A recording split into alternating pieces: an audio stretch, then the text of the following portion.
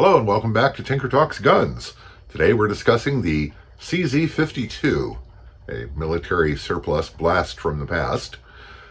These were imported a number of years ago after they went out of service with the Czechoslovakians, and were available quite inexpensively, and now the prices range from about twice what they were selling for then to downright silly. The Czechoslovakians never seemed to be actually thrilled with the Soviet bloc arms that they were required to use. And in the early 1950s, this pistol was designed in 9mm parabellum, which the Soviet overlords deeply disliked, and they redesigned it in 7.62x25 Tokarev, which is a pretty hot cartridge. Bullets are typically 85 to 95 grains, and typically 1,300, clear up to possibly even 1,800 feet per second. And while this gun was designed to handle the super hot submachine gun spec ammunition, in practice it was let down by the heat treat, somewhat unusually for a Czechoslovakian gun. Anyway, it is a single action auto with a roller-locked breech system, which is quite unusual in a pistol.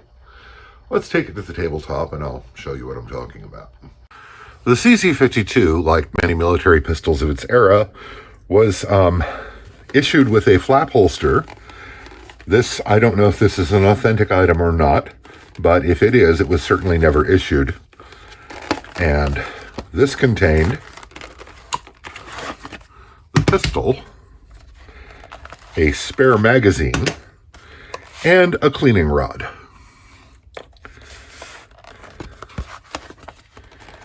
And this is not really as robust of leather as we might expect in the West in such a rig, but it seems perfectly serviceable, and they worked for 30 years, so who am I to say? The cartridge this gun fires is the 7.62x25 Tokarev. It's a bottlenecked cartridge that is quite seriously potent. And at the time these guns came out, there was a lot of surplus ammunition available on the market, mostly with corrosive primers. So you wanted to be careful to keep these clean. Now, let's unload and show clear. The CZ52 has a heel magazine release that's very easy to operate, and an 8-round single-stack magazine with ample witness holes. There's also a lanyard ring at the back, right behind the heel magazine release. For controls, we have, well, let's unload and show clear first. Okay, we are empty. Now, this safety acts as a simple safety to carry the gun cocked and locked. It blocks the operation of the trigger quite thoroughly. In the bottom position, you can fire it, but it has a secret. If you press up, it will drop the hammer to the safe position. It also hurts because the hammer hits something very closely connected to the safety and causes it to kick into your thumb quite hard. Now, if you purchase one of these guns, check to make sure this feature is working before you trust it, because sometimes the hammers get worn or whatever, and you'll go to release it and it will fire the weapon. I don't know how commonly that happens, but I have heard reports of it. The gun is very unusual in appearance for a modern military handgun, in that the recoil spring is around the barrel, which makes for a very unusual profile.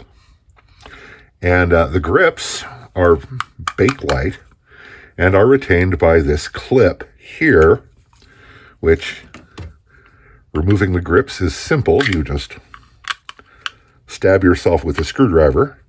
Okay, pop the clip off, and it will shoot across the room if you're not careful.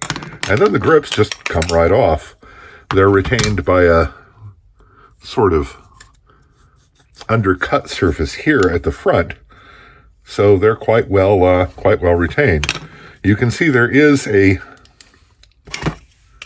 slide lock, but there is not a slide release. So with the magazine in, the slide will lock back, but the only way to release it is to either take the magazine out or insert a new magazine and release the slide. Let's put the grips back on. And again, very simple maintenance. And I can pretty readily appreciate why the Czechs preferred this to a Tokarev. And first of all, it's much safer, having an actual safety, which Tokarevs did not. And you can lock the slide back by pressing up on this bar, but I don't know why you would, unless you're doing it administratively for cleaning or some such. Now, these came in a gray parkerized finish. This one is darker because it was armory refinished before being exported. And the VZ or V9Z79 marking here could indicate when that happened. I don't know. And this one is marked 53, indicating that it was produced in 1953. And here we have the importer's marks. Who cares? Now, to disassemble the gun, it's very simple. Pull the slide back slightly, pull down on this catch, and release the slide, and you can just lift it off. So very easy to take apart for maintenance, and importantly, no pieces actually come off the gun when you do that. So you're not going to lose something in the field. Now, I mentioned that it has a roller-locked breech, and this is not the same as the roller-delayed breech used by Heckler & Koch. So what happens is, you can see the recoil spring concentric with barrel. What happens is when the gun is fired and recoil causes the breech to move to the rear, it can move about 4.5 or 5 millimeters before there is space for the rollers to retract, at which point they do, and the gun cycles normally. Now, in theory, this was meant to allow the use of very, very high-pressure ammo, such as they were commonly loaded for their submachine guns. In practice, not so much, because poor heat treat of the rollers would cause them to deform, and they would grind and could crack not only the rollers, but also potentially the slide or frame. You can see here there is a firing pin safety, which is activated by the sear. And really, that's the most of it. Reassembling is even easier. You just find the spaces, put the slide in place, cycle it, and it's ready to go.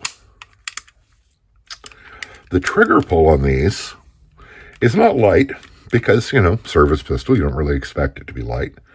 Probably breaks at about 5.5 pounds. But it's a nice crisp trigger, and the reset is not very long. So it's possible to fire these quite quickly. Now, the high bore axis and this strange hump rather than a beaver tail, as you can see, the bore axis is clear up here. It does tend to exaggerate muzzle flip, which some people perceive as felt recoil. And 7.62 Tokarev can be rather snappy, but the curve and the width of the grips, really does a lot to take the sting out of that.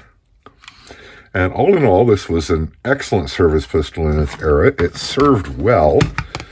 And this example and others that I've fired have been really very reliable. Almost forgot.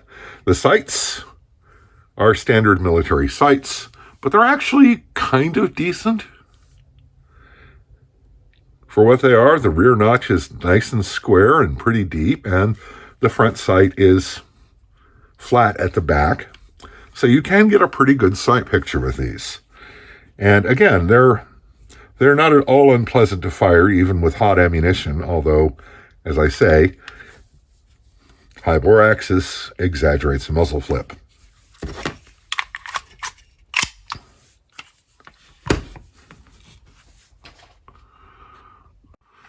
The CZ served the CZ52. By the way, they called it the VZ52 in Czechoslovakia, but if I said VZ52, nobody would ever find this video.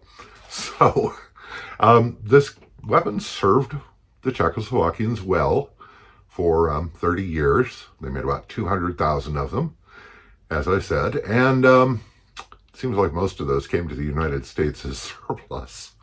You run across them occasionally, and as I say, on Gunbroker, they're going from anywhere from about $350 to ridiculous money. And they're a good gun. They're fun to shoot. But, you know, honestly, as surplus guns go, unless you just like 7.62 by 25 or have a particular affection for Eastern Bloc guns, doesn't really offer any good solid reason to buy one. Now, if I came across one at an attractive price, I would be very, very tempted. In fact, I almost picked up an example in 9mm about 3 years ago. But budget did not allow, so I didn't. As I say, they're a great gun, but, you know, as I say, aside from interest as militaria or a collectible, there's really not much reason to fancy them. I just think they're really neat. And they are pleasant to shoot, and 7.62 Tokarev ammunition is available from a number of manufacturers and isn't awfully expensive. And of course, if you hand load, it's pretty easy. Anyway, if you liked the video, please click like below, consider subscribing, and if you're feeling exceptionally motivated, please consider clicking the link in the description below and connecting with my Patreon account, possibly helping support these endeavors. Every bit helps. I hope this finds you well. Stay safe.